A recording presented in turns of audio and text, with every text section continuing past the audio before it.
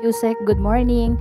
Yusek, ano po ang opisyal na assessment ng Malacanang sa naging takbo po ng unang 3 araw ng impeachment trial?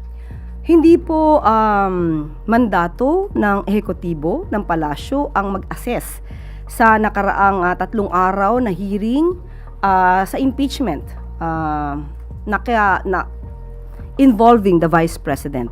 Ito po ay trabaho po ng mga sa Senado at definitely ang mga taong bayan din po ay dapat din po siguro mag-monitor para ma-assess din po nila sa sarili nila kung ano ang nagaganap sa ating bayan.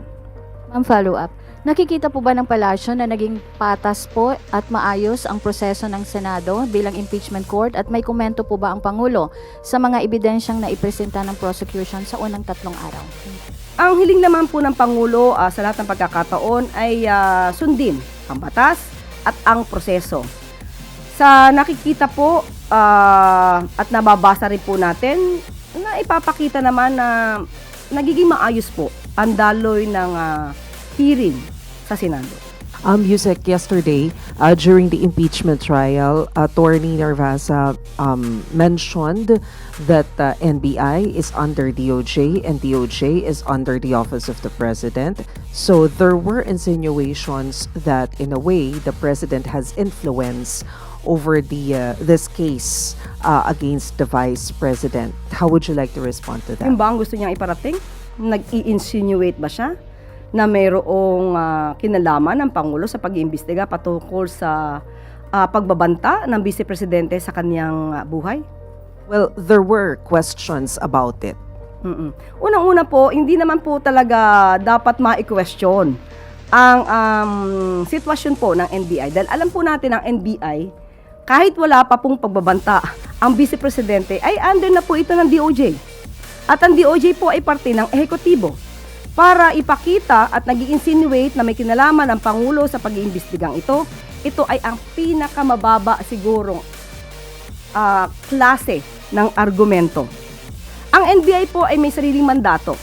Kung mayroong nakita at napatunayan naman po na may pagbabanta mismo sa buhay ng Pangulo at hindi lang naman isang tao, 2 taong nakakita nito, buong mundo ang nakakita ng pagbabanta sa buhay ng Pangulo, ni First Lady at ni dating House Speaker. So, mandato po ng NBI na imbestigahan po ito dahil po ito ay para sa proteksyon ng ating Pangulo. When the President learned the statement of the Vice President back then, what was his instructions to NBI, if there was any? At the time, ay pagpaumanhin, wala pa po ako dito sa posisyon. But alam po natin na ito po ay hindi po ipinagsabalingwala, hindi binaliwala ng Pangulo at talaga pong ito ay sinabi niya sa kanyang statement na ito po ay hindi dapat na tinutulugan, hindi po to dapat na dapat itong seryosohin. Itong ginawa ng Vice Presidente ay dapat na siniseryoso. Bilang Pangulo, kailangan po lang din siyang maprotektuhan, hindi lang para sa sarili niya, kundi para sa bansa natin. Ma'am, in relation to that po, the defense panel and former Presidential Legal Counsel Sal Panelo said no evidence daw po of grave threat kay President Marcos, FL, and ex-House Speaker Romualdez because the utterances made by VP Sara is hypothetical and conditional. So how does the palace react to this? Even the President himself last year considered it before as a mere threat. Ang pagbibigay po ng salita na kumausap na siya ng tao para patayin ang Pangulo, ang unang ginang at ang dating House Speaker, hindi po ito hypothetical. Nakita po ito. Hindi po ito gawa-gawang isip, hindi po ito pantasya. Sinabi po ito at mismong si Vice Presidente ay hindi pinapasinungalingan ang kanyang mga sinabi, ang kanyang pagbabanta sa buhay ng Pangulo. So wala tayong pag-uusapan tungkol sa hypothetical. Hindi po yan hypothetical. Dahil mismo si Vice Presidente ang nagsabing, no joke, no joke. At patungkol po sa conditional, alam naman po natin, lalong-lalo na ang mga abogado, Nandiyan po nakasaad sa revised penal code, pati po ang sa kaso ng Kaluwag versus People. Akin na rin pong babasahin. Kaluwag versus People ruled that in grave threats, the wrong threatened which amounts to a crime may or may not be accompanied by a condition.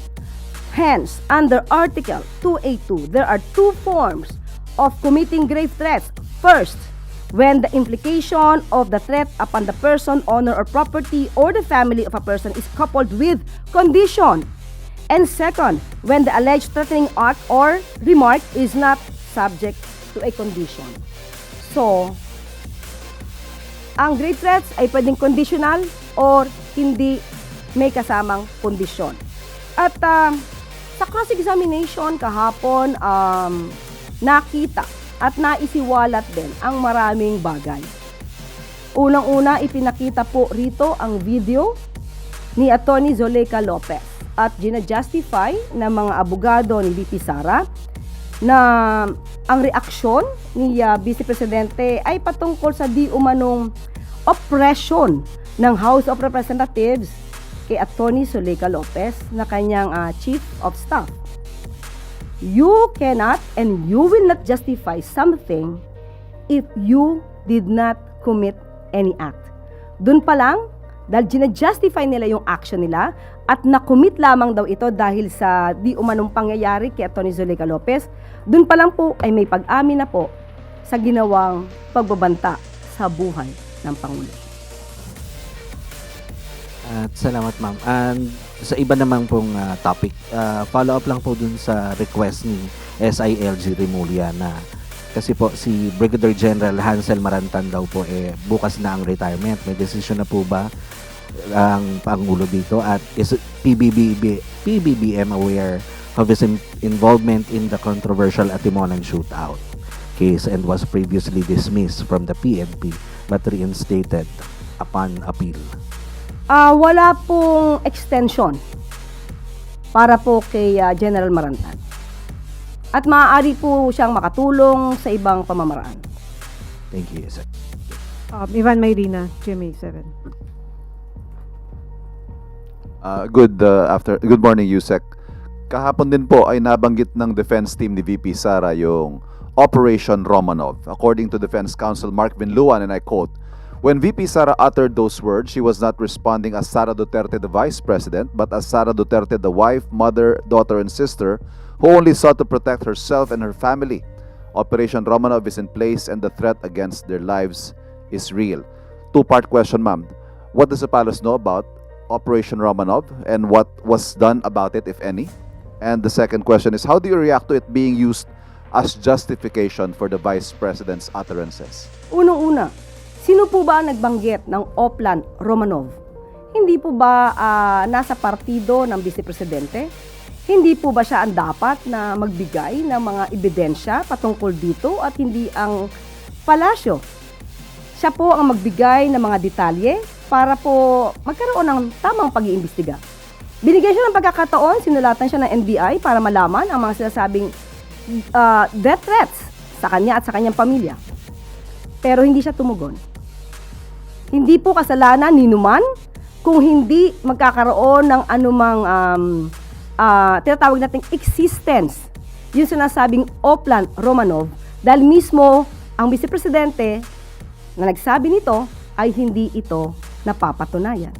So, anong gagawin po ng ehekutibo kung wala namang maiimbestigahan dahil walang anumang detalyeng ibinibigay ang nag-aakusa patungkol sa Oplan Romanov? At ang paggamit muli nito ng justification, gina-justify niya ang sinasabing Oplan Romanov kaya siya nagbanta sa Pangulo. Hindi natin maiiwawaksi ang pagiging Vice Presidente niya at sa pagiging nanay niya. Ang pagbabanta ay pagbabanta. Sino ka man, nagbanta ka sa buhay ng Pangulo, kahit ikaw ay isang nanay, ikaw ay isang Vice Presidente, walang pagkakaiba yon. Nagbanta ka pa rin sa buhay ng Pangulo.